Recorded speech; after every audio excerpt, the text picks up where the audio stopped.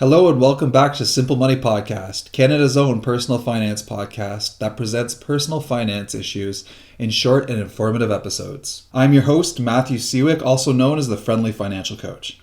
So I'm pleased to say that today we have our very first personal finance news update, where we look at some of the upcoming topics that will be affecting Canadians. We'll be looking at the upcoming drop in minimum wage for students in Alberta, rising delinquency rates for seniors, the release date, and other information for the new first-time homebuyers incentive program, and falling prices for homes in some Canadian provinces. So leading things off, in just over a week, on June 26th, 2019, the minimum wage in Alberta for all students under 18 is dropping from $15 to $13 an hour. Employers can also drop the pay for existing student employees if they choose. The way that this program will operate is different than typical minimum wage legislation.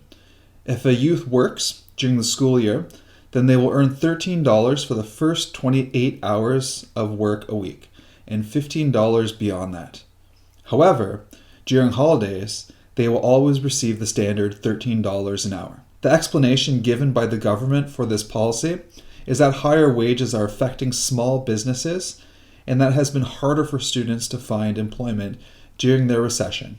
Arguments made on the other side are that employment is based on an employer's need for workers and not how much money they actually have. It's also argued that students will find it much more difficult to save for their educations. Moving to the other end of the age spectrum, Equifax recently reported that the 90-day delinquency rate on debt has increased by 9.4% amongst seniors from 2018 to 2019. This is in comparison to the Canadian-wide average increase of 3.5%. Equifax also states that the average debt per person has increased by 2.5% to $71,300. Of course, it's important to note that this includes mortgages, which can easily skew data.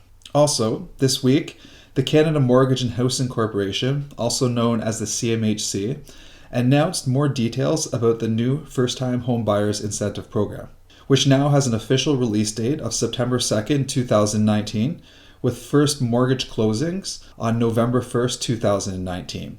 We've spoken about this new program in episode 48, but as a quick recap, this program offers down payment assistance of 5 or 10% up to a certain dollar limit. In exchange for using this program, the government would own an equivalent portion of the property's market value. Then when you dispose of the property, or after 25 years, you would then be required to repay back the government. Very soon we'll be doing an in-depth look at this topic, but the biggest surprise is that you will need to repay back the funds after 25 years even if you do not sell the property, and that the government will be listed as a second charge on the mortgage. So this really means two things.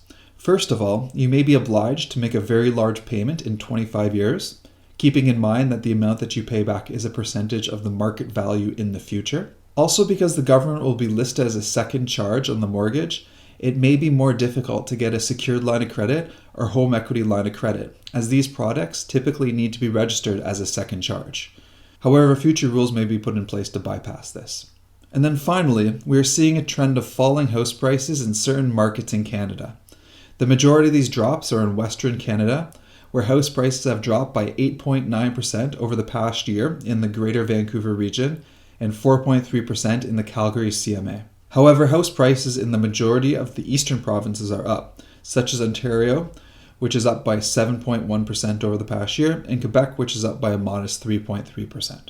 That's it for today. Hope that you're enjoying the show, and if you'd like, you could support us by giving us a rating or sharing the show with someone that you think may benefit. You can also contact me at info@ffcoach.ca, or you can find me on Twitter at @F_F coach. Take care and talk to you soon.